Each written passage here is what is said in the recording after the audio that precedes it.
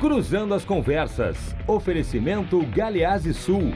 Há 40 anos a evolução dos metais. Associação dos Oficiais da Brigada Militar e do Corpo de Bombeiros. Defendendo quem protege você. Muito boa noite, hoje é quinta-feira, 30 de janeiro de 2020. Estamos começando o nosso Cruzando as Conversas desta noite, né? Está chovendo em Porto Alegre, a temperatura neste momento é 25 graus centígrados, chove muito aqui na zona norte de Porto Alegre. Acompanhe o Cruzando as Conversas pelos canais 24 e 524 da NET, na Claro NET TV. E participe também, claro, das nossas redes sociais, Facebook, YouTube, Instagram e o Twitter. O Cruzando as Conversas é um oferecimento da Associação dos Oficiais da Brigada Militar e do Corpo de Bombeiros, defendendo quem protege você. E claro, naturalmente, estamos também aqui com a Galeazzi Sul, 40 anos, a evolução dos metais da Galeazzi Sul, que é uma empresa lá com sede em São Paulo, mas que está hoje fazendo um extraordinário serviço aqui no Rio Grande do Sul, atendendo uma demanda importante nessa área da construção, sobretudo na área de metais. Bom, nosso programa desta noite, o Cruzando as Conversas, vai tratar do tema o Ministério da Justiça e a Segurança Pública. Deveriam atuar de maneira separadas ou não? E claro, para debater esse assunto, que é um assunto extremamente importante, no momento em que nós vivemos aqui no Brasil, nós trouxemos aqueles especialistas que conhecem a matéria. E aqui temos o xará, Silvio, aliás, primeiro vou começar com o Saulo, todo mundo esse aqui, né? Silvio, Saulo e tal.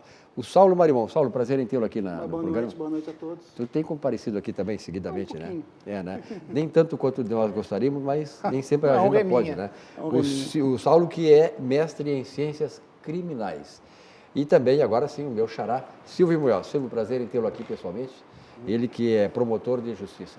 Boa noite, Tocaio. É um prazer estar aqui de novo. Já tenho cooperado algumas vezes com o Saulo, com o Macalossi. E é sempre um prazer voltar a essa casa que realmente está discutindo aquilo que interessa, né, ao Rio Grande, ao Brasil. Só corrigindo o procurador de justiça hoje, procurador de justiça, e eu gosto sempre de frisar quando me apresento, membro da Associação do Ministério Público para a Sociedade e do Movimento contra a Impunidade, e hoje articulista, né, escrevendo para a Tribuna Diária. Que legal. Então tá, realmente temos gente aqui muito experiente nessa área, que é uma área bastante conflagrada, uma área hoje fundamental, né, para que nós tenhamos uma sociedade, caminhamos para uma sociedade que seja mais justa no país, que esse é o grande objetivo que nós temos naturalmente. Bom, esse tema de hoje, ele implica digamos assim, na definição dessas questões envolvendo o Ministério da Justiça. Eu gostaria de perguntar para vocês, Saulo, em primeiro lugar, quais são as atribuições do Ministério da Justiça? Porque separar a segurança pública do Ministério da Justiça significa dizer que ela é originalmente digamos assim, uma determinação, uma função do Ministério da Justiça ou não? Bom, boa noite a todos. A primeira coisa importante a pensar é que desde 1822, quando foi criado o primeiro, no caso era um Ministério de Negócios e Justiça, até o governo Temer, sempre foi unificado o Ministério da Justiça. Tá? A primeira experiência foi com o governo Temer, quando se criou um Ministério Extraordinário de Segurança Pública. O Ministério da Justiça, ele tem ele tem um cabedal de atividades, como o Departamento Penitenciário Nacional, a Polícia Federal, Polícia Rodoviária Federal. Ele trabalha com a questão também envolvendo aspecto de extradição e de análise jurídica de pareceres para propostas normativas, de legislação. Penso que o Ministério da Justiça ele deve ficar vinculado a toda a questão de segurança que envolve a justiça. Separar a segurança pública desse aspecto seria apenas mostrar o foco da questão da polícia.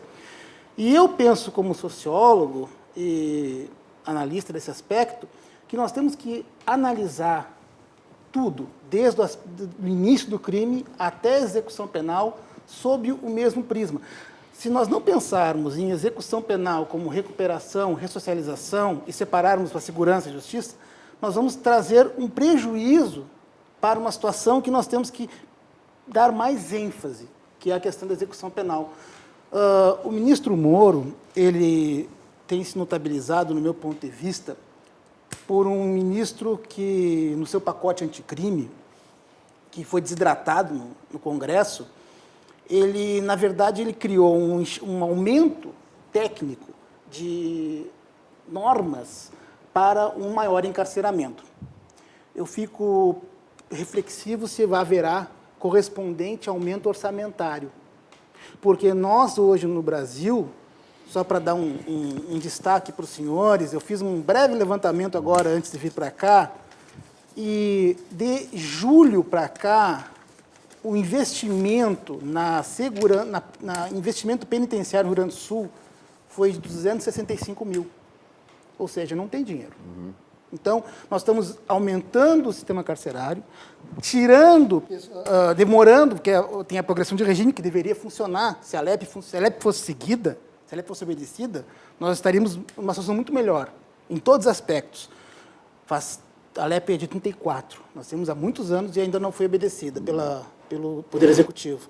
Mas, a LEP é a Lei de Execução Penal. É uma lei feita na ditadura militar e é uma lei que, tecnicamente, ela oferece um mínimo de situação para o cumprimento da pena. Nós estamos aumentando o tempo nas cadeias, nós estamos dificultando a progressão de regime, que deveria ter um semiaberto e aberto que funcionasse, insisto, que hoje não acontece. Hoje nós temos, na prática, um fechado e um escancarado. Né? Porque, como não tem vaga nas cadeias, não se criam vagas nas cadeias, porque muitas vezes não há interesse político ou interesse local. Tanto é que chamam o semiaberto de sempre aberto. Sempre aberto. Porque justamente não estão aumentando o investimento na execução penal. Enquanto nós não fizermos um incremento nisso, não adianta aumentar as penas. Isso não vai trazer nenhum tipo... Essa palavra que muitos falam assim, como é que te avaliar a eficácia penal? Na verdade, isso é muito subjetivo. Eu, como professor universitário, já orientei muitos trabalhos de alunos e digo, tu tem que pensar o seguinte, cumprimento de pena. Se a pessoa não voltou a delinquir, atingiu o resultado. Como está hoje, não está funcionando. E, no meu ponto de vista, a intenção do ministro, ela vai trazer um acréscimo que ainda não foi calculado. Um exemplo muito, para quem está em casa nos assistindo, pense na sua residência, pegue um quarto da sua casa que caiba confortavelmente 2 pessoas. Agora, coloque ali 10 pessoas. Essas 10 pessoas vão ficar por um prazo de 1 ano, com a mesma estrutura que o quarto tem. É aritmético. Em certo momento, o esgoto, a água, vai começar a ter problemas de estrutura. Aritmético e uma lei física, né? Porque exatamente. Não tem como. Aí, se dessas 10 pessoas, 2 iam sair para um regime semiaberto, para outro quarto, vamos dizer assim, elas não sairão mais e continuará aumentando a quantidade de pessoas nesse quarto. Não tem como funcionar. Então, nós temos que repensar o modelo penitenciário brasileiro. E nesse ministério eu não vejo isso. E só para fechar nessa parte inicial da pergunta, se deveria dividir ou não, é que ali o presidente Bolsonaro, na minha perspectiva, acho que de muitas pessoas aqui, ele está percebendo talvez um capital político do ministro Moro para 2022. E a intenção foi fazer um balão de ensaio para verificar se valia a pena desidratar. Tirar um pouco dessa força política do ministro Moro, porque, na verdade, ele ficaria com muito pouca coisa se ficasse separado da segurança pública. Pelo menos essa é a minha análise. Isso aí é uma outra questão que a gente vai, ao longo do programa, trabalhar, que é a questão do esvaziamento disso em função da figura que representa o Moro para o governo. E, aliás, para o governo, não, para a sociedade. Procurador de Justiça Silvio Munhoz. E aí, a sua opinião a respeito dele? Separa ou não separa? Nesse aspecto de separar ou não separar, eu penso igual ao Marimon, acho que não tem que separar. Penso diferente dele em muitas outras coisas que ele disse aqui, né? Mas isso no decorrer do programa a gente vai falando. Mas veja, na realidade, a questão de separar o Ministério da Justiça do Ministério da Segurança Pública é fazer aquela mesma coisa que é a crítica que se faz, ou seja, a segurança pública tem que fazer. Eu não gosto quando chamo especialista, eu não sou especialista em segurança pública, eu sou alguém que vive a realidade da segurança pública no dia a dia há muitos anos. Né? a gente vive no dia a dia. É um conhecedor profundo. Digamos, profundo, não um especialista. Então, na realidade, o que a gente diz assim, é para que tu possa fazer um combate efetivo à criminalidade, que eu acho que isso, né, era o essencial, era o que queria, né, o povo brasileiro, o que queria a população brasileira que votou neste projeto, que era um projeto que prometia um combate maior à corrupção e à criminalidade, principalmente à criminalidade organizada, né? A necessidade que atuem junto todas as forças de segurança. Tem que acabar com aquela história de a polícia civil puxa para um lado, a brigada militar puxa para o outro, a polícia federal puxa para o outro, né? Aí no meio lá está o juiz que prende, o juiz solta. Não, tu tem que unificar as forças, tem que trabalhar todo mundo junto, todos os esforços concentrados. E isso falando, porque aí os especialistas, né, aliás, hoje fiz um artigo para a Tribuna Diária falando um pouco disso, os especialistas não sabem explicar, né, por que diminuiu a criminalidade, e esse dia conversando, um amigo meu disse assim, não, isso não se faz um ano. Eu digo, não, se faz em um ano. É real, e está aí, e as ruas, e a realidade está mostrando. A questão não é fazer em um ano, né, meu irmão? Um ano tu faz, a questão é manter depois de um ano. Porque a questão que tu faz num ano é o seguinte, é que tu vinha com uma política leniente, com uma política de desincentivo à própria atuação policial, em que se demonizava a polícia, qualquer atitude, qualquer atuação, a imprensa, todo mundo caía em cima, né, avacalhando a polícia. Quer dizer, isso causa aquilo que nos Estados Unidos se chama efeito Ferguson. Quando a polícia é aviltada e achacada, tripudiada na sua atuação, ela acaba não atuando. Ela chega lá, estou vendo ali o cara com um fuzil, vou me incomodar, vou lá tentar tirar esse fuzil, o cara vai me dar um tiro, vou ter que atirar nele, de repente, ou saio ferido, ou mato ele, ou viro as costas e vou embora. Isso no mínimo constrange o policial. Constrange o policial. Então, o que acontece? Mudou a perspectiva, ou seja, hoje nós temos alguém que está dizendo assim, não, nós queremos fazer segurança, nós queremos que a polícia atue, nós queremos que a polícia vá. E veja, isso aconteceu. Nunca se teve tanta apreensão de armas, de droga no país como esse ano.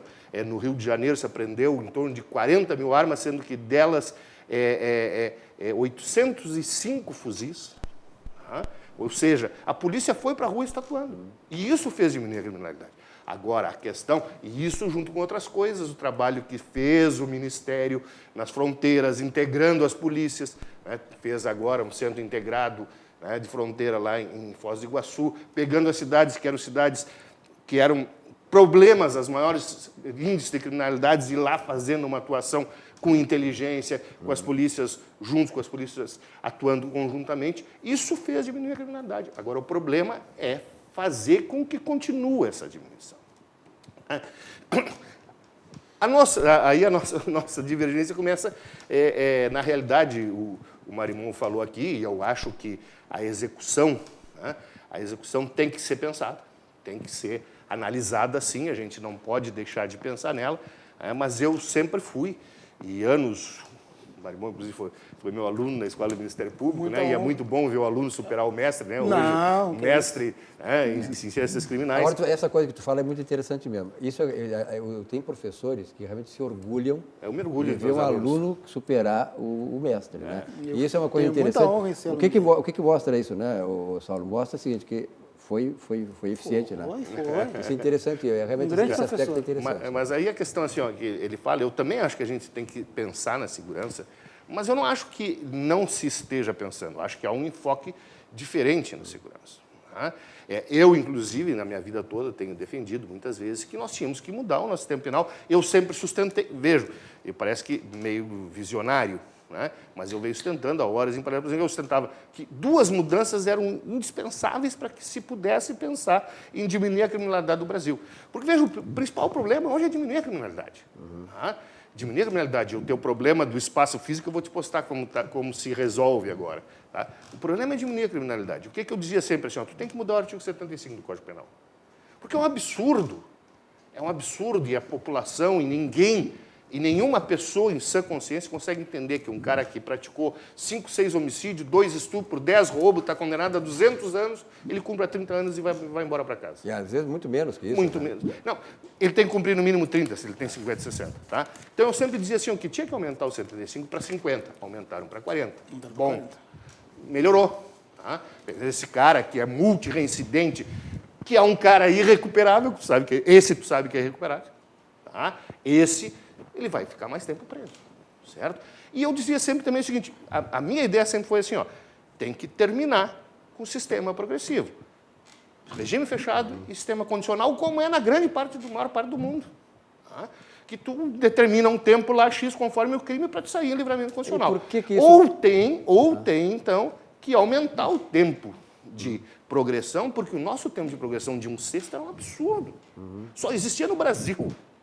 O único país do mundo que prevê um tempo de progressão de 1/6 é o Brasil. Agora se fez um escalonamento do tempo de progressão conforme a pessoa e conforme o crime. Que vai de 1/6 até 70%. Ou seja, isto vai fazer com que aquelas pessoas que realmente são perigosas e que praticaram crimes graves fiquem mais tempo presas. E aquelas que praticaram alguma coisa leve, saiam. Aí o Marimonda pregou assim, mas vamos inchar. A velha história de quem prevê o desencarceramento, né, que diz que nós temos um encarceramento em massa, que, na verdade, o Brasil, na realidade, é analisada em dados relativos e não em dados absolutos. Tá? Nós somos o 36º, 37º no mundo, embora nós sejamos a 5ª população mundial em encarceramento. Tá? Então, nós não temos um encarceramento absurdo. Não somos o que mais prende, como se diz. Não somos, ao contrário. Ao contrário, nós somos o que mais mata. E somos o 34º ou 35º que prende. Que prende. Está faltando eficiência aí. Mas então o que acontece? Agora eu assim, mas aí tu. A questão do superencarceramento, da superpopulação carcerária. Então eu estou botando, tem 3 naquele quarto lá, e agora ele, em vez de ficar 1 ano, ele vai ficar 10 anos, mas eu vou botar outros. Não. Por quê? Porque ao mesmo tempo que se criou esse mecanismo para te fazer com que as pessoas que realmente praticaram crimes graves e que, a princípio, tu pode analisar, né, pelos fatos e pela forma que elas comportam, que, de repente, ela não tenha recuperação, isso é uma coisa que nós temos que conversar depois, a questão de ter ou não recuperação, tá? Ao mesmo tempo que o serviço se fez o quê? Se criou o acordo de não persecução. E vejo, se ampliou um aspecto, que o aspecto era de transação penal até 2 anos de pena máxima, suspensão condicional de pena mínima até 1 ano, se aumentou o aspecto que o promotor pode chegar e fazer um acordo com o réu, dizer assim, não vou te processar se tu fizer isso aqui para mim, se tu ressarcir a vítima, se tu prestar serviço à comunidade, de penas até 4 anos. De pena mínima até 4 anos. Que, olha, inclui aí peculato, inclui o porte de arma se não for restrita, inclui corrupção, inclui concussão, inclui um monte de crime. Ou seja, esses crimes não tão graves, o cara não vai mais preso. Então não vai haver esse aumento populacional que tu está prevendo, porque muita gente vai ficar no meio do caminho por causa do acordo de não persecução. Ou seja, a lei foi inteligente. O Moro tinha, ao mesmo tempo que ele pensou lá, né, no programa anticrime, isso que não deram tudo que ele queria. Porque ele está pensando assim, aumento a pena, aumento o tempo de cumprimento, mas eu tiro muita gente aqui no acordo de não persecução e tiro muita gente no plain bargain. E o plain bargain cortaram e tiraram. Porque esse era o sistema que ele imaginou. Ou seja, vai para a cadeia quem pratica crime grave e quem pratica, mais uma vez, reiteradamente crime grave, ou seja, aquele cara que efetivamente sabe que não tem recuperação. E que esse... Aí esse não sou eu que digo, eu digo assim, esse é a voz do povo que diz, esse sujeito tem que mofar na cadeia. E esse quer ir para a cadeia. Esse se ele faz quer ir, tem que mofar na cadeia. Agora, Saulo, me diga uma coisa, por que no Brasil, eu vou dar a pergunta, o que se faz no Brasil, ou não se faz, para recuperar um preso? Bom, primeiramente, as pessoas têm que aplicar a lei de execução penal no sentido assim, de estimular que os detentos tenham um trabalho, tenham um estudo. Só que, se tu olhares hoje no Central, eu já fui várias vezes no Central com meus ex-alunos, trabalham costurando bola, trabalham digitando lá para processos algumas coisas. Ou seja, se tu pegares uma pessoa e colocar na cadeia, e aí eu insisto que encarcerar não recupera do jeito que nós estamos hoje, né? Não funciona, não é eficaz, tá? Não traduz em um resultado social favorável. Vai, como assim, vai mofar na cadeia, vai botar na cadeia e ficar lá dentro. Bom, mas se esse é um modelo carcerário... Mas esse para um determinado tipo de criminoso e de crimes. Bom, para todos. Pois é, mas aí é o seguinte, a seleção, a tarrafa penal que vai jogar no Central, sabe qual é o percentual de graduado lá dentro? não tem 1%. 80% é ensino fundamental incompleto. 40% 18 a 24 anos.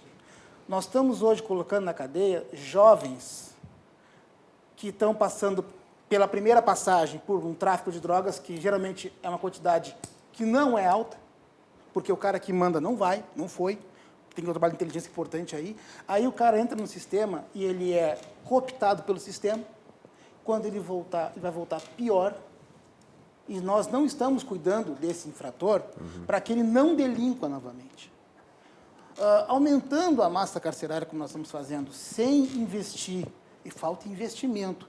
Eu volto a dizer, a Brigada Militar, através da Operação Canarinho, está no Central desde 95. Era provisório, uma portaria provisória. Olha quantos anos já se passaram, para tentar manter a paz carcerária. Desde então, não houve uma rebelião no Central grande, porque a Brigada consegue fazer um trabalho muito bom lá dentro. O que me preocupa é acreditarmos que encher as cadeias ou colocar pessoas por mais tempo na cadeia vai traduzir em segurança. Um exemplo de uma tese que poderia ser discutida, chamada justiça restaurativa, que é feita na Bélgica desde os anos 70, diálogo com as pessoas participantes, atores do delito. Muitas vezes, as pessoas precisam fazer um diálogo para evitar que aquele pequeno delito vire um delito maior. Eu volto a dizer, o encarceramento não traz bons resultados. E quanto à polícia, eu fui policial civil, trabalhei na Delegacia de Feitos Especiais da Corregedoria, prendia colegas, né, e fui professor na academia por 10 anos. O policial, quando é técnico, ele faz um trabalho focado e adequado. O que está acontecendo é que pessoas acreditam que esse governo deu uma espécie de salvo-conduto, entendeu? O Rio de Janeiro nunca matou tanto, e matou mal. Pessoas que não podiam ter morrido. Toda semana aparece alguém com um tiro de fuzil, uma criança que morreu. Não acontece no Rio Grande do Sul. A nossa polícia, pelo menos eu não quero... Assim, como é que eu vou explicar para vocês? Ela é muito bem preparada. A academia forma muito bem. E os números de violência policial letal no Rio Grande do Sul são muito pequenos. Tá? Mas isso decorre de trabalho técnico. Ou seja, o policial, ele é um técnico de segurança pública. Quando ele vai para frente de um infrator, ele sabe que tem uma portaria da ONU, uma resolução da ONU, melhor dizendo, que disciplina, que tem que, olha, sou policial e posso atirar. Não é pedir licença para atirar. Mas as pessoas têm que saber lá fora que tem uma pessoa equipada com equipamento de segurança, que é uma arma de fogo, e que pode deflagrar um tiro. E é o que nos diferencia do infrator. É não agirmos, como eu falo assim, com a polícia no coração. Eu não quero um policial assim. Eu quero um policial que haja com frieza, com inteligência, com técnica. Saulo, no Rio de Janeiro, essas mortes que há de pessoas inocentes, crianças e tal, isso não se dá porque a polícia lá, não sei se não tão bem preparada que os policiais daqui, ela vai para o confronto, não importa a situação e tal, e realmente lá são áreas conflagradas, né? O que não acontece aqui, eu acho. Eu vou te dar um exemplo simples. É muito diferente daqui, a situação da violência, lá não tem como nós comparar aqui. Não tem como comparar a nossa brigada militar com a polícia militar. Vou dar um exemplo banal que eu acho que o pessoal em casa vai entender bem. Se um policial vê um delito, se ele puxar uma arma de fogo em via pública, com várias pessoas ao redor, um roubo, um furto, ele tem que pensar, eu vou colocar em risco terceiros. O que é melhor?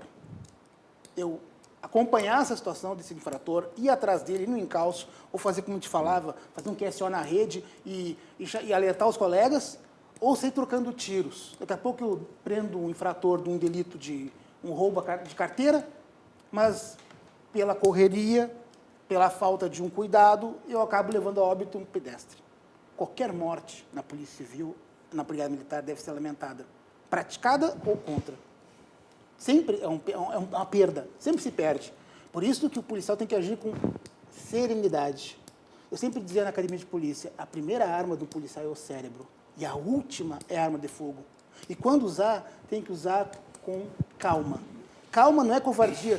Mas um governo A persegue, governo B persegue. Eu comecei a minha academia foi a única academia integrada. O senhor falou agora há pouco, né, de integração. Eu defendo integração.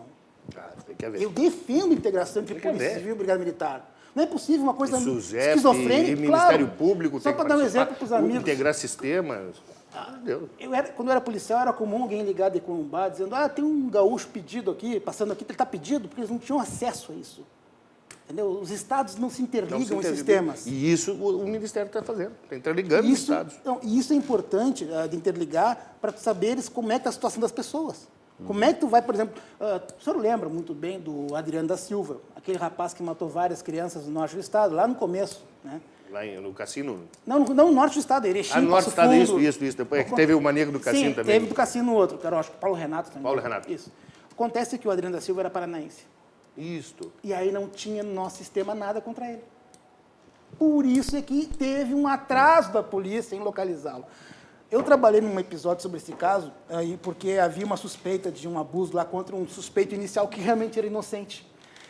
Então fica a polícia, ela tem que agir com cuidado, sensibilidade, respeito às regras do jogo, não agir de forma assodada, porque não é atirando tudo que é lado que tu vai funcionar como resultado penal. Um bom inquérito é um inquérito sem sangue. É um inquérito em que você respeitou as regras constitucionais, entregou para o Ministério Público um trabalho que o promotor lá vai olhar, nossa, posso fazer uma denúncia e formular adequadamente, porque o trabalho da polícia foi bem conduzido. Nós sabemos, o Silvio melhor que eu, que quando existe alguma situação política, pode atrapalhar o inquérito. E o inquérito pode não ter o desiderato, e para o Ministério Público, depois fazer o trabalho dele, resta prejudicado. Por quê? Porque a polícia foi para lá para bem, e nós sabemos disso, teve vários episódios famosos no Rio Grande do Sul, que o inquérito não serviu. Aí o que acontece? Quando o Ministério Público vê o inquérito e entende que tem alguma dificuldade, ele tem que fazer o que a gente chama de promoção da justiça, baixar a diligência. E o tempo que passa é a verdade que foge. Eu gostaria também de trazer, eu sei que tu vais, algumas coisas que o Marimon colocou aqui, tu vais refutar e, enfim, aprofundar, mas eu queria saber o seguinte, naturalmente que existe a legislação que protege o policial, que traça as normas de ação, de atuação das polícias, civil e militar. Protocolos. O treinamento, exatamente, o treinamento dos policiais é adequado? É feito à luz da realidade da lei, dos limites da lei, enfim, das atribuições da lei? Dos limites da lei eu posso assegurar que é. Agora, eu confesso que me preocupa é assim, por exemplo, eu fiz uma academia muito boa, com mais de 800 horas de curso, e depois em seguida eu fiz algum curso de reciclagem, que a academia promovia, só que nós temos uma dificuldade, uma carência de fazer cursos para o interior do estado. Então, às vezes o policial que está na fronteira, está na campanha, ele já não consegue fazer uma direção defensiva, ou, por exemplo, questões de crimes contra o sistema financeiro nacional, que é muito importante, lavagem de dinheiro, trabalho de inteligência. Então, é importante apoiar as academias para que elas tenham estrutura econômica, financeira, porque se não tiver um trabalho de inteligência, não adianta. O trabalho de inteligência é fundamental. É essencial. Isso eu concordo contigo. Agora, assim, eu só não concordo no que se falou. Aliás, o mote do artigo que eu escrevi hoje para a Tribuna Diária foi sobre isso. Tá? Foi sobre isso. Até abri aqui para apontar os dados. Sim, sim. Tá? Que se diga assim, que nós não temos como comparar a realidade do Rio com a nossa realidade. Tá? Porque uma coisa é tu ir aqui no lugar, né? Tu não vai encontrar 4, 5, 6, 7, 8, 9, 10 com fuzil e tu chega lá e a bala come. Que é o que acontece no Rio. Tá? Mas no Rio eles têm a tendência, a mania sempre, a imprensa, de estar sempre demonizando a polícia. E aí eu peguei um artigo que eles não sabiam explicar a diminuição da criminalidade, mas em momento algum atribuíam que podia ser a maior atuação da polícia. Claro. Tá? Embora nós estejamos vivendo, e aí eu boto os números aqui, tá? De que assim, nunca houve tanta ação policial lá, como neste ano, ou seja, aumentou em grande número a ação policial, e por isso tem que aumentar, aumenta o confronto e aumenta as mortes. Mas eles atribuindo assim, dizem, não, porque a polícia está matando muito mais e matando mal. E aí eles fazem um levantamento que eles dizem assim, aí eles pegaram o mês de julho de 2019, disseram que houve 135 mortes em confronto com a polícia. Aí eles botam assim, nesses casos de mortes foram apreendidos, estou lendo uma partinha do meu artigo aqui, em 24 casos fuzis, em 2 casos armas de brinquedo, em 2 casos espingardas, em 7 casos granada, em 76 casos pistola, em 4 casos pistola e granada, em 12 casos revólver, em 3 casos nada e em 5 eles não têm informação. Veja, de 135 casos que eles estão dizendo que o policial matou mal e que foi homicida e que... em 128, no mínimo, ele estava agindo no estrito cumprimento ilegal, porque o cara estava lá, ou com fuzil, ou com uma espingarda, ou com uma granada, ou com uma pistola, ou uma granada. Então, isso é que nós temos que analisar, o que aconteceu na realidade, o confronto, e não ficar só teorizando. O problema, Silvio, é o seguinte, eu trabalhei na corregedoria, como eu disse, e muitas vezes o delito policial, ele tem um problema muito sério, que é o seguinte, o que chega para o órgão de correição, o que chega para a investigação, infelizmente, modificação de situações fáticas, mudança de aspecto de probatório, assim, ó. Mas deixa eu te interromper e dizer, né, Marimão? Porque, na realidade, assim, ó, isso era uma coisa que, há alguns anos atrás, né, podia realmente impactar, embora eu não compactue dessa tua ideia de que o policial, que, na realidade, tu está supondo que o policial vai forjar uma prova, vai falsear uma prova, fazer, tá? Hoje praticamente não acontece, porque hoje não acontece nada. Hoje não acontece nada, nem no Rio, nem no Rio Grande do Sul, que não tem alguém com o celular filmando. Hoje vai sempre aparecer um celular que vai mostrar como é que a coisa aconteceu. Então não tem mais essa de forjar a prova lá, botar a prova, porque tem alguém filmando. Hoje já vivemos no Big Brother, né? Tranquilamente. Com certeza. Geral. Então eu realmente, assim, ó, eu discordo e eu acho que, né, a polícia não pode viver naquela que nós vivemos no Rio Grande do Sul e foi onde começou, porque aquela política que foi feita aqui no Rio Grande do Sul, depois se espalhou para o Brasil, tanto que ele foi para o Brasil, que é a época do Olívio Dutra, né? Que o José Paulo Bisol, que dizia assim, não, o policial não pode, tem que esperar, tem que chegar lá, por favor, e a polícia larga a arma. E o cara come na bala. Tem que pedir licença para atuar. Tem resolução da ONU que regulamenta isso faz muitos anos. O policial tem que ter responsabilidade, não pode entrar torto e direito, tem que agir com técnica. E assim, mas uma coisa é fato de ter enfrentamento, não é pelo fato de ter enfrentamento. Uma coisa é técnica, e eu conheço, o manual de técnica aqui do Rio Grande do Sul eu conheço, porque eu trabalhei anos na auditoria militar e hoje, seguido substituo no Tribunal de Justiça Militar, e eu sempre me baseio nisso, nas questões de confronto. O que eu faço? Para ver se eu peço absolvição ou a condenação do policial. Eu pego o manualzinho das técnicas policiais que eu tenho lá, quando eu estou substituindo no tribunal, e vou ver, o cara atuou, ele fez isso.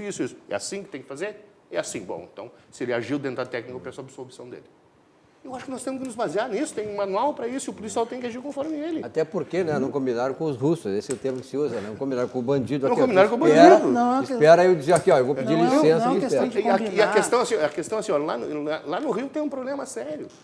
Tem um problema sério, que o pessoal não se dá conta quando fala, tá? Mas que a gente que vive a realidade, que conhece e que convive com os marginais no dia a dia dos processos, eu passei 25 anos fazendo juízo, tu bem sabe, mais de 1.500, convivi com o Jura, com o Paulão, né? De estar ali, de acusar eles e de conversar com eles. Tá? Uma coisa assim, ó, hoje em dia, assim, por exemplo, no Rio, o cara não te entrega um fuzil sem reagir. Porque o fuzil é caro, e se ele te entregar sem reagir, ele vai voltar para a quadrilha e depois os caras matam ele. Eles matam o cara. Ele não pode, o fuzil é uma arma, é um bem deles. Porque eles não podem simplesmente chegar e entregar. Silvio, ele tem que... Silvio, eu sempre defendi o seguinte, o policial, ele pode deflagrar a arma dele, óbvio.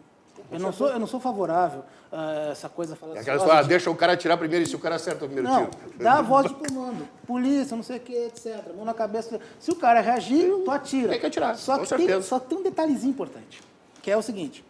O policial que está no Rio de Janeiro, que está no Rio Grande do Sul, se ele vai num ambiente que eu chamo de ambiente hostil, um ambiente de risco, né, ele tem que pensar, a primeira coisa, eu vou fazer o perímetro, eu tenho que cuidar o que está ao redor de mim. Segunda coisa importante, se eu achei um infrator com arma de fogo na mão e eu vou dar voz de comando, eu tenho que estar preparado para evitar, caso tenha que deflagrar, eu tenho que focar no infrator. Entendeu? Eu não sou contra isso. O que eu sou contra é que haja qualquer tipo de enfrentamento, porque daqui a pouco tu erra o tiro e acaba causando mas é um dano colateral. Claro, mas a questão é o seguinte, tu está num lugar assim, ó, tu está num lugar que tem outras pessoas, certo?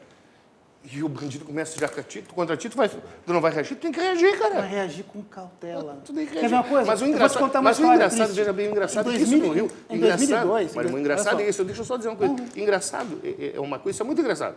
Tá? E eu já fiz alguns artigos escrevendo e gozando isso. Engraçado é o seguinte, é que sempre, né? E aí tem um motivo, a gente acaba descobrindo, eu tenho muitos amigos do Rio, até por causa do movimento contra a imunidade, que iniciou lá. Tá? O engraçado é assim, aconteceu lá o tiroteio na Vila, como esses 5 casos que eu citei aqui, que não sabe o motivo, a matéria do jornal dá a entender que seria bala perdida. Só que é engraçado assim, a bala perdida no tiroteio no Rio é sempre da polícia. Ela nunca é do bandido. Mas houve um tiroteio. Por que é sempre da polícia? Mas a balística deve ter dito alguma coisa. Por que é da polícia? Então, se a arma é raiada, vai ficar a marca, vai ser indelével. Mas tu sabe que nem sempre se faz isso, nem sempre se consegue o resultado do exame. A minha vida, quantas vezes assim, o cara foi lá, tu aprendeu a arma, aprendeu a bala e a perícia não comprova. Não pergunta uma coisa, Marimon. Mas e aí o que acontece? Veja bem, é que no Rio, inclusive o pessoal que mora ali no morro, e as pessoas, às vezes, de bem e que às vezes tem um filho perdido por um parente, um amigo, bala perdida, ele sabe que ele tem que dizer para a polícia, que é a polícia. Porque se ele disser que é o marginal, que é o traficante ali do morro, ele vai ser a próxima vítima. Marimon, eu vejo assim, eu acho que, com relação ao que o senhor falou, eu acho que há conflitos inevitáveis. E outra coisa, assim, o policial, eu vejo de fora, assim, como jornalista, 40 Só anos... não deixa de ser, eu quero voltar a questionar com o Marimon por questão de recuperação. Temos que conversar sobre a recuperação. Então, essa questão, assim, por exemplo... Viemos para isso. O policial, ele é treinado, eu imagino que para não matar, para resolver os conflitos e não matar. O bandido, ele nem está aí para matar ou não matar. Exatamente. Então, isto é que deflagra um conflito e, de repente, o policial não tem outra alternativa, senão ele também diz aqui, eu estou aqui e aqui está a minha carteira de identidade. Eu vou dar um exemplo para o amigo. Assim, na academia, eu sei que a palavra vai gerar muita... Mas assim, eu costumo dizer que eu fui adestrado, porque assim, era alça e massa, e tinha que atirar aqui. Tá? Certeza, não tem essa. Mas não tem essa de atirar na perna, porque tu vai errar. Na academia não tem essa tentar atirar na perna, tiro no joelho. Tem. Tá? É aqui. Até porque em movimento, no meio da confusão, tu vai errar. Não, e bandido não atira no joelho. Tu atirar aqui é porque aqui tu tem uma possibilidade de 60%, 70% de acertar a hora, mas que tu tentar mirar numa perna. Se eu agir como um policial, como age um infrator, o que me diferencia desse infrator? Tu é o cara da lei, né? Então eu tenho que cuidar das pessoas, porque eu tenho, segundo a missão, que servir e proteger. Eu tenho que cuidar de todos. Não estou falando do infrator em si. Eu tenho que cuidar da sociedade. Então eu tenho que ter cuidado. Se eu vou atirar naquele cara para matar, eu vou recuar e evitar. Vou dar um exemplo prático disso. Infelizmente, a gente perdeu um colega em 2002. O senhor conhece, assim, para fazer prova de tráfico, Sim. tu tem que ter alguns elementos. Tem que fazer uma campanha. Tinha um casal dentro de um barzinho lá em Canoas que seria um casal de traficantes. E 2 colegas da Civil, pelo que eu me lembro, eu não estava nessa diligência, não trabalhava naquela delegacia, e um deles viu o traficante, que viu e saiu correndo, pulou a janela e saiu, ganhou o mundo. E o colega foi atrás. Ele tinha aquela coisa, vou pegar o infrator. Só que ele esqueceu a retaguarda. Ele levou um tiro nas costas. Mas está agindo fora da... Não, agindo dentro da lei. Está agindo dentro da lei, mas está agindo fora da conduta de como deve ser feita a atuação policial. Esse exemplo é um exemplo prático assim, É o que eu te digo, ele não pode, ele tem que agir conforme a técnica policial. Fazer o perímetro. Vou lá prender, vou lá e foca, e esquece o resto. Tu tem que cuidar, porque a consequência é muito grave. Claro. Depois, uma vez o Ricardo Balestreri, um sociólogo da Unicamp de Campinas, fala isso, que ele estava visitando lá o Canadá e chegou lá e os caras disseram, foram prender um cara e prenderam o cara caiu no chão. O policial perguntou se o infrator detido precisava de atendimento médico, alguma coisa, ele disse que não preciso. Aí o sociólogo perguntou, por que o senhor perguntou isso para ele? Não, porque eu sou policial, o bandido é ele. Se ele precisa de atendimento, eu vou levar para o hospital, entendeu? Eu tinha que fazer a prisão, mas se ele restou ferido, eu vou levar para o hospital. O policial fazia sempre. O policial tem que agir nas regras. O infrator é o problema do outro. O policial fazia sempre. O infrator é o contrário. Se ele deu o tiro, o policial ficou ferido, ele chega ali e dá o tiro de misericórdia. Porque a regra do bandido é matar. Quer dizer, aí diz assim, não, a Constituição do Brasil proíbe pena de morte. Para as pessoas de bem, né? Para as pessoas de bem. Porque nós sabemos assim, qualquer coisa que tu pratique, né, dentro dessas áreas conflagradas que são dominadas pelo tráfico, a pena é pena de morte. Não à toa nós tínhamos um cemitério clandestino aqui com mais de 100 corpos. a grande maioria esquartejados, que nós descobrimos, o Ministério Público só descobriu por causa de uma delação premiada. Se fosse um cemitério de pessoas que a polícia matou, seria correto? Não, claro que não, claro porque sabe que agir na lei. Mas não queremos e a polícia não faz isso. Ótimo. A polícia Então gaúcha nunca temos fez que isso, agir na mas lei. os bandidos fazem. Bom, mas Mas eu não estou dizendo que a gente vai se aplicar. Eu não estou dizendo que vai se Porque se aplicar. começar a matar, Veja bem, vai ser Maribel, uma anomia. eu não estou dizendo que vai. Não, anomia nós já estávamos quase vivendo, né? Já quase vivendo, porque a bandidagem tomou conta e nós não tínhamos mais reação, o povo não tinha mais reação, a polícia não tinha mais reação. Anomia era o que nós estávamos Então quase matar vivendo. bandido é uma boa reação. Não, acho que não. Eu acho que a questão é assim, ó. Se o bandido chegar e se entregar, vamos prender. Agora, se ele reagir e atirar, tem que atirar. Bom, mas isso é outra agora, história. Agora, achar que matar resolve, não resolve. A diferença, Marimon, a diferença é a questão. A diferença é o seguinte, o policial está agindo dentro da lei e vai agir dentro da lei. E o bandido não. O bandido, se o policial tiver ferido, ele mata. O policial, se o bandido tiver ferido, ele pega, bota na caminhonete e leva para o hospital. E ele tem preferência para ser atendido no hospital. Ele chega no hospital, ele tem preferência para ser atendido. Bandido. O bandido, se chegar o bandido e uma vítima no hospital, o bandido vai ser apreendido primeiro. No hospital tem um protocolo. Tem um protocolo. Que vê a cor, vê o estado. Qualquer pessoa, infrator ou não, chegando no hospital, o médico tem que fazer primeiro uma seleção. Não é porque ele é bandido, é porque a pessoa está em risco de morte. Qualquer pessoa, eu, o infrator, o senhor quem está em casa, tem essa preferência em razão do estado de saúde. Isso é importante deixar claro, porque não é proteção a bandido, é apenas uma proteção à saúde. Se o infrator chegou no hospital, eu tenho que atender essa pessoa. Com certeza são porque atendidas. O médico não é um bandido. Mas são atendidas. A minha esposa é enfermeira, e eu sei, os relatos dela de ver, eles são atendidos e são bem atendidos. Como tem que ser. Como tem que ser. Interessa. Porque nós somos diferentes deles. Nós somos cidadãos de bem. Muito bem. Aqui, ó, eu agradeço aí a todos que estão nos mandando mensagens. O programa tem uma audiência muito grande, até porque o assunto realmente é um assunto que provoca, né, muitas discussões, quer dizer, é um assunto do momento, é uma coisa que interessa a todos nós, a sociedade está interessada nisso. Então, obrigado pela audiência de vocês. Eu vou fazer um rápido intervalo aqui no Cruzando as Conversas. Estamos aqui tratando sobre a questão da criminalidade, né? Mas o tema básico é o Ministério da Justiça e a Segurança Pública deveriam ser separados. Vamos voltar a falar do tema. Vamos voltar a falar sobre isso aí também depois. Aqui no Cruzando as Conversas, pela RDC, canais 524 e 24 da NET, na Claro NET TV. Um rápido intervalo, voltamos já já. Tá bom.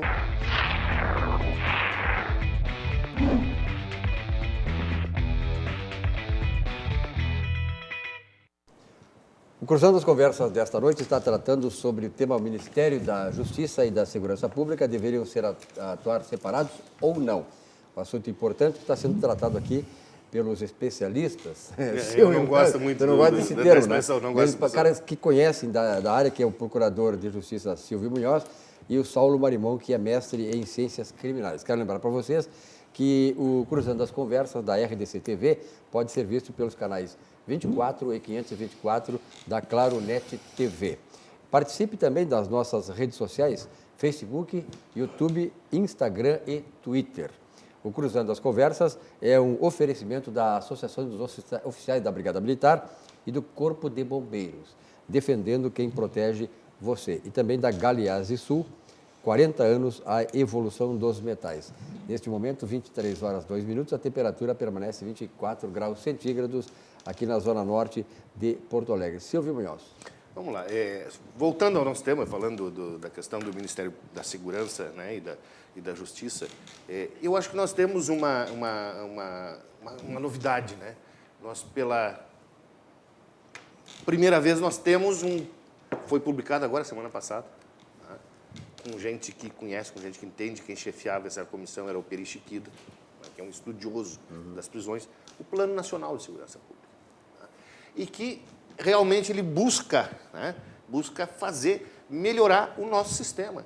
Inclusive, lá, embora eu não concorde, mas ele preocupado com aquilo que tu falou, do pequeno traficante, que tem uma pequena porção, inclusive com sugestão para que se mude a legislação e faça, tipo Portugal, em limitar a quantidade, que eu não concordo, mas não é nosso tema de discussão aqui. Mas veja, nós temos hoje, então, e isso é obra desse Ministério da Justiça e Segurança, estão lá pensando a segurança, pensando a execução, né, e querendo melhorar. E a questão também das cadeias, né, veja, nós temos promessa do Ministério Público de Segurança para vai ter um presídio federal no Rio Grande do Sul.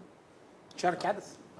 que estão precisando encharqueados. Aí tu falou que não se investe em segurança, mas veja que nós temos que ter, com a limitação cada vez maior dos orçamentos do governo federal, dos estados, temos que ter inventividade, nós temos que ter alternativas criativas para fazer. Está se fazendo a cadeia de Sapucaia numa PPP, numa parceria público-privada, em que está sendo, na troca do terreno do ginásio da Brigada, vão entregar para o Estado pronta a cadeia de Sapucaia. Então, essas são as formas, o Ministério está buscando agilizar e melhorar o sistema prisional, tem um plano de segurança pública, e nós temos aqui no Rio Grande do Sul, o secretário Ranolfo conseguiu fazer isso, conseguiu aumentar nosso espectro prisional através de uma parceria público-privada, que é uma ideia Algum de muito vocês sabe por que Charqueadas tem 2 prisões? A PASC. A PASC A PASC e a PEC. A PEC, que é PEC. tipo A PEC teria ali pertinho, uma colônia agrícola. Tem a penal agrícola. CPA.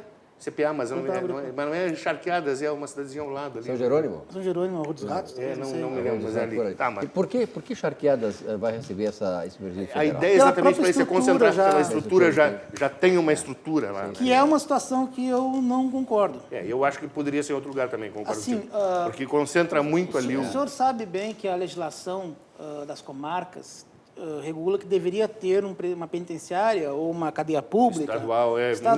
Municipal. Quanto menor essa cadeia, maior a chance de ressocializar esse indivíduo. Com certeza. Agora, colocando no Central 4.400 pessoas em 1.800 vagas, ou colocando lá, fizeram a penitenciária em Porto Alegre atrás do Presídio Central, nós estamos inchando lugares com prédios que deveriam ser divididos de acordo com a localidade.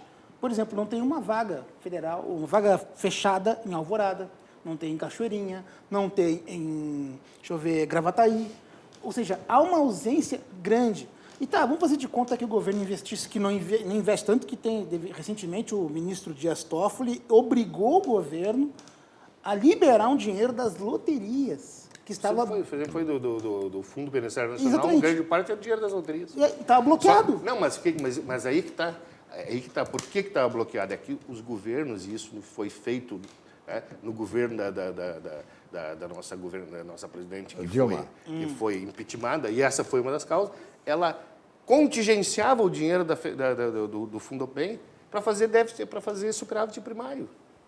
Tinha 4, 5 bilhões contingenciados, que era para estar construindo presídio, para fazer superávit primário. Mas maquiagem contábil todos os governos fizeram. Mas usando um dinheiro que era o dinheiro das loterias para construir presídios. Do PDT, colocavam verbas que nunca chegavam no orçamento. Sim. Então, mas no Pedrinho tem uma estrada que consta o Ministério do Transporte como construída há 30 anos e continua lá. Já deixou o estado de Dom Pedro e São Gabriel. Deveria haver uma fiscalização melhor do Congresso, que nisso não funciona. Mas voltando, vamos falar um pouquinho a questão, o Marimon falou, eu acho assim, primeiro, eu acho que tem que haver a tentativa de recuperação, certo? Que ele foca tanto o discurso dele também. Mas para mim, essas não são as funções primárias da pena. Tanto que as funções primárias da pena estão lá no Código Penal, que é a prevenção geral e específica. Quer dizer, tu tem que... Porque a coisa funciona assim, vejam. E o Marimon é um mestre em ciências criminais. Se entregou ao Estado o direito de punir para se acabar com a vingança privada. Porque a vingança era dos particulares. Alguém matava alguém na minha família, eu ia lá e matava o sujeito.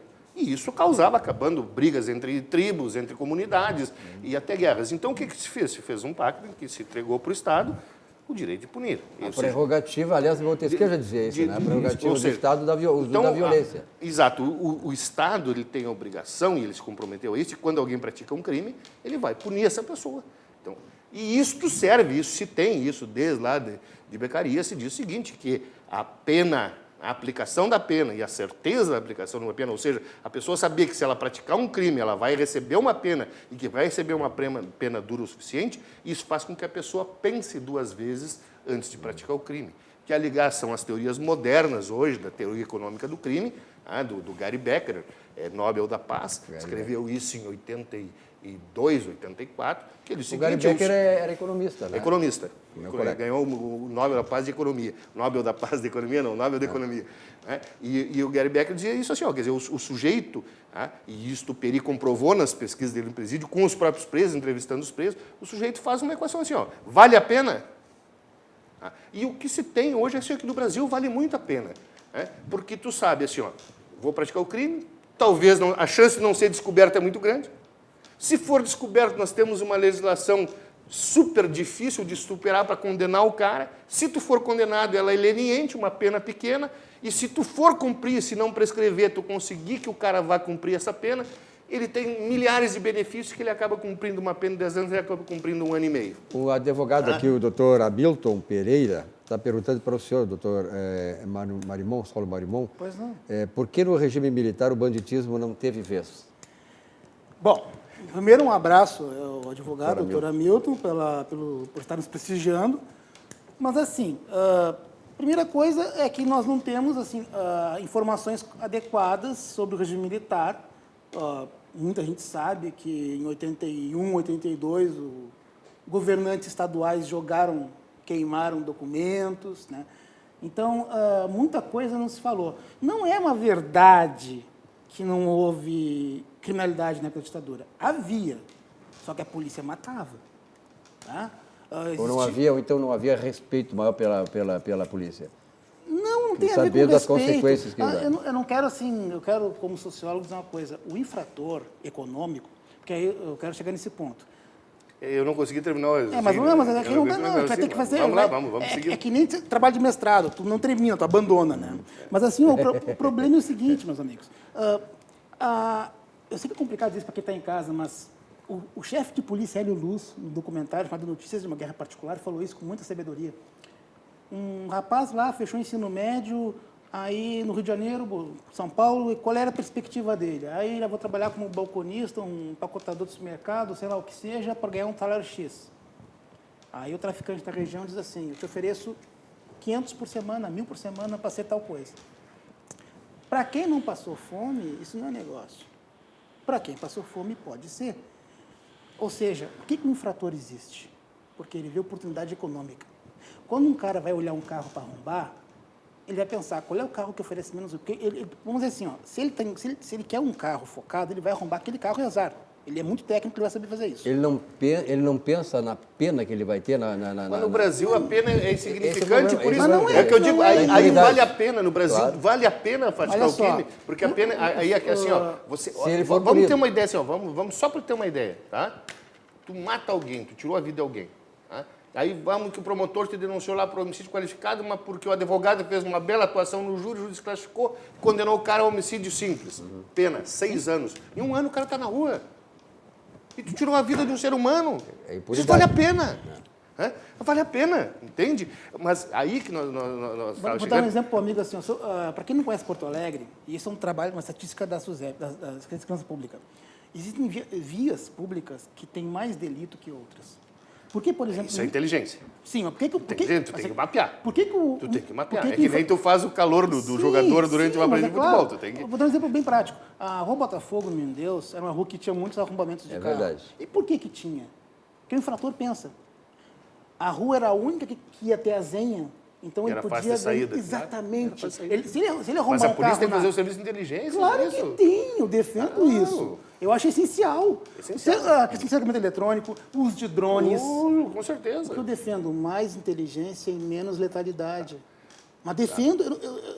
Eu não acredito na cadeia como resolução, porque a gente não estava recuperando essa pessoa. Mas aí que nós estávamos falando de recuperação, eu não consegui desenvolver o raciocínio de recuperação. Mas eu nem falei da teoria absoluta que você falou, hein? Tem que guardar isso aí. Mas o que eu estava dizendo? A questão assim, ó, é que a pena originariamente, está lá no Código Penal, ela é para prevenção geral especial, ou seja, pune o cara e faz com que o outro pense se vale a pena praticar o crime ou não.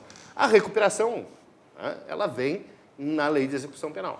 Artigo 1º. Artigo 1º, mas não está no Código Penal, não está lá nas penas. Mas está na lei própria. Sim, diz que as penas, a finalidade é aquela. Mas tudo bem. Ibrahim Mas vamos lá. Então, vamos incluir junto que ela vale prevenção geral especial, que tem que recuperar, certo? Mas a questão de recuperar é o seguinte, ó, tu não tem como o Estado recuperar a força. Não tem como o Estado chegar lá e fazer uma lobotomia, falar uma lavagem cerebral, eu vou recuperar o cara, eu faço uma lavagem cerebral. O preso tem que querer... Claro! Não, primeiro, eu sempre disse isso no júri, tá? Sempre disse isso para os meus jurados. Tu tem que dividir os presidiários em 3 classes. 3 classes. Tá? Três. Os recuperáveis. Ah, mas não existe isso? Existe, sim. E muitos psicopatas. E são muitos. E são muitos. E são irrecuperáveis. Irrecuperáveis que eu cansei a vida toda no júri, assim, ó, ia fazer incidente de sanidade mental, vinha o laudo dos psiquiatras, psicólogos, dizendo o seguinte, ó, esse não adianta internar, porque ele é psicopata, ele não tem recuperação, ele tem que ficar preso, tem que ficar segregado. Isso os médicos... Ele fica no IPF, que é internado. Não, eles não recomendam que fique no IPF, tem que ficar na cadeia. Porque existe que no IPF eles acabam causando problema e não tem recuperação. Mas eles IPF ficam numa ala própria que é doente social. Os peritos do IPF dizem isso. Silvio, eu tenho que fazer um intervalo aqui, nós estamos nos encaminhando para o final do programa. Na volta, então, tu vai concluir o teu raciocínio. Nós estamos aqui cruzando as conversas, falando sobre o Ministério da Justiça e a segurança pública, todas as questões que envolvem a segurança pública, com o Silvio Munhoz e o Saulo Marimon, que estão aqui nos visitando essa noite e fazendo esse programa aí para esclarecer assuntos dessa natureza para todos nós. Um rápido intervalo e o Cruzando as Conversas volta já já. Mas sempre os laudos...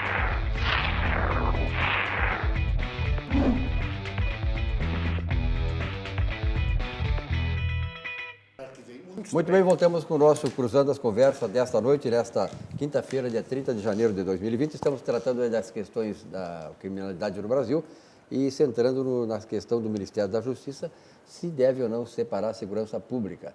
Estão conosco aqui o Silvio Munhoz, que é procurador de Justiça, e o Saulo Marimon, que é mestre em ciências criminais. Quer dizer, as pessoas certas para tratar de um assunto tão complexo como esse.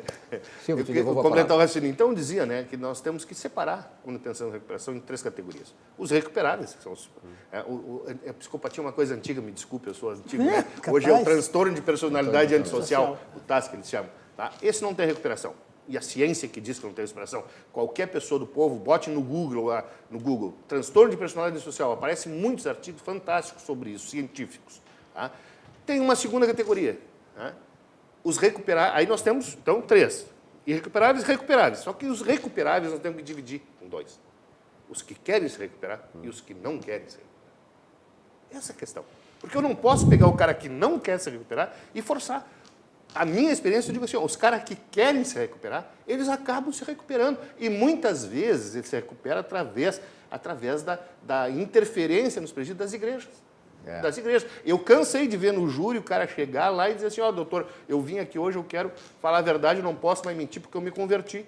E eu quero receber o meu castigo e eu vou me recuperar, vou sair dessa vida. Agora, aquele cara que o Marimon falou ali, né, que o Marimon diz assim, aquele chega, o traficante diz assim, bom, tu vai ganhar um salário mínimo para trabalhar, para trabalhar de secretário do advogado, R$1.000 por mês, 8 horas por dia, tem que aguentar um chefe pé no saco, que vai ficar gritando contigo, ou não, tu vai ganhar aqui, ó, 500 por dia, de repente no fim de semana aparece uma pistolada que eu vou te pagar 5.000 para te matar alguém, tá? Tu vai ganhar aqueles por dia para ficar aqui na volta da casa, distribuindo, vendendo cocaína para os carros.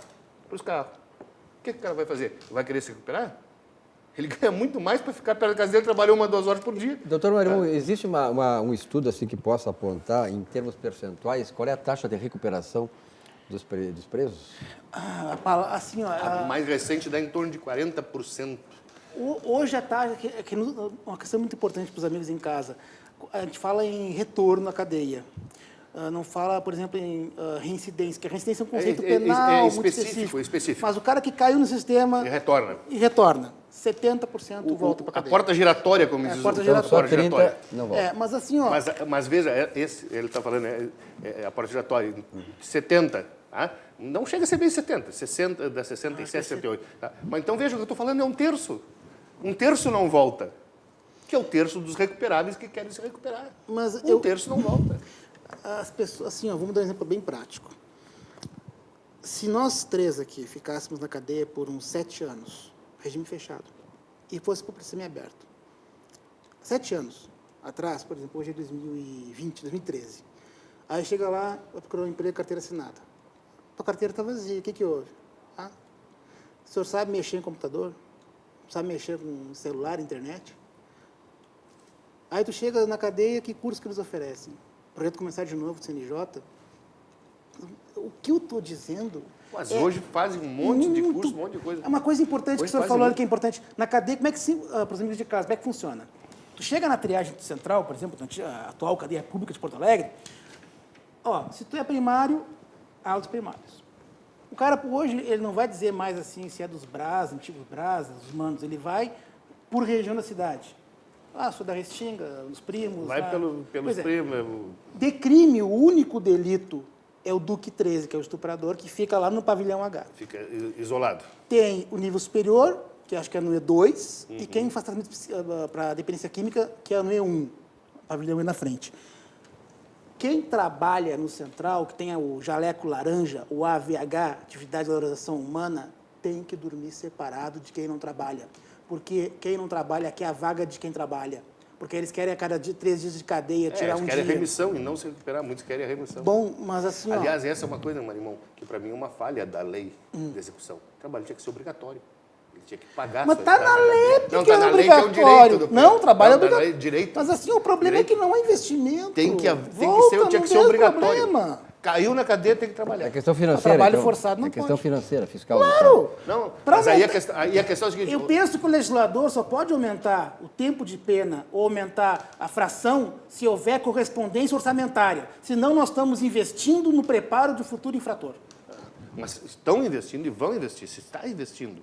Tanto que tu vê, estão construindo um monte de cadeias novas e está se investindo, sim. Mas eu estou dizendo assim, eu estou lendo, lê o Plano Nacional de Segurança Pública que foi lançado semana passada, para te ver. Vou ler. Para te ver. Dá uma lida para te ver as novidades que está querendo se trazer ali. Mas a questão maior eu acho que tem que pensar nisso, tá? Que tu não pode querer recuperar a força. O cara tem que querer se recuperar. Porque muitas vezes assim, o cara diz assim, ele quer a vaga que está trabalhando porque ele quer a remissão. Então, o que eu digo? O trabalho tinha que ser obrigatório. Mas ele não quer. Então, faz o seguinte. Então, se trabalha, tu reme. Se tu não trabalha, a cada 3 dias que tu não trabalhar, tu vai ter um dia mais de pena. Vai trabalhar. Tem que trabalhar, tem que pagar a tua estada lá e tem que arranjar dinheiro para indenizar a família da vítima. Que tu deixou uma família na miséria.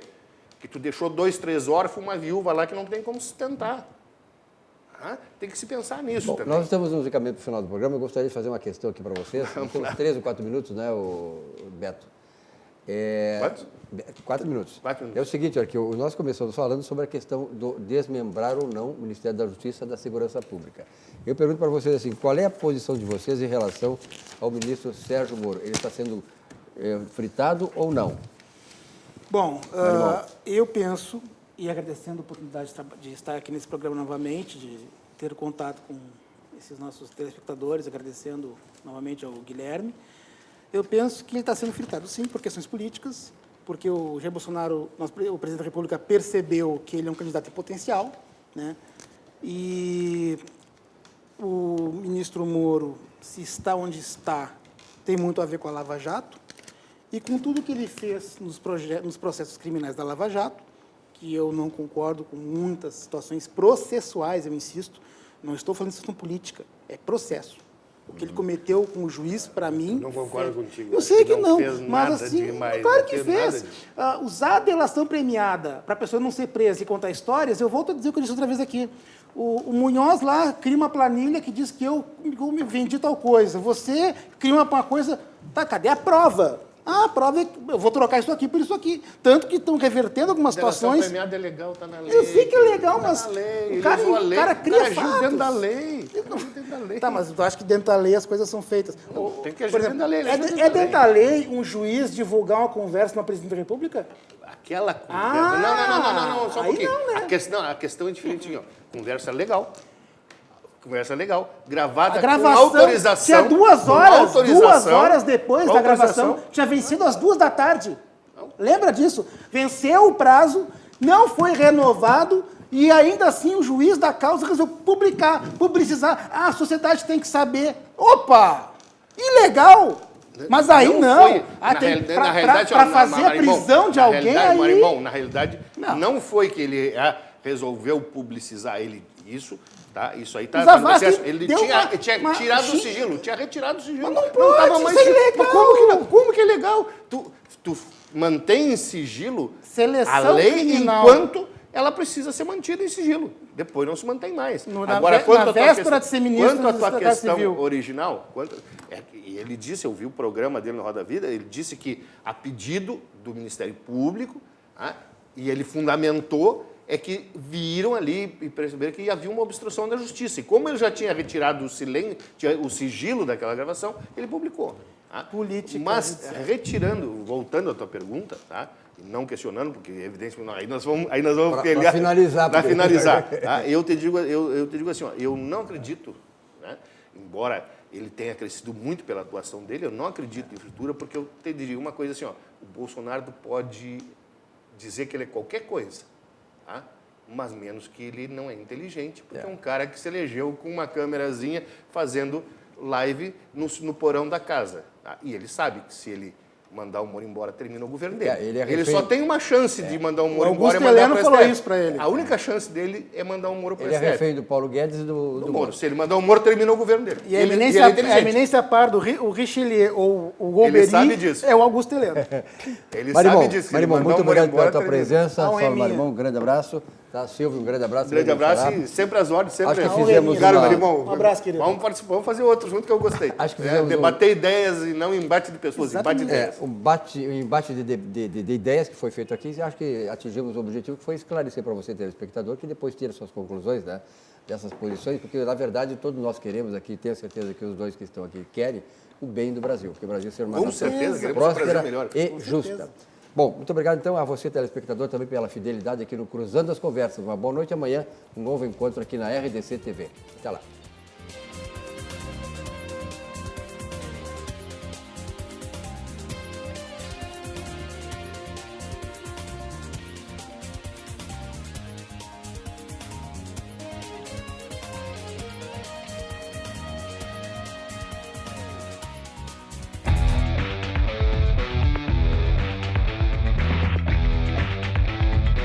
Cruzando as Conversas. Oferecimento Galeazzi Sul.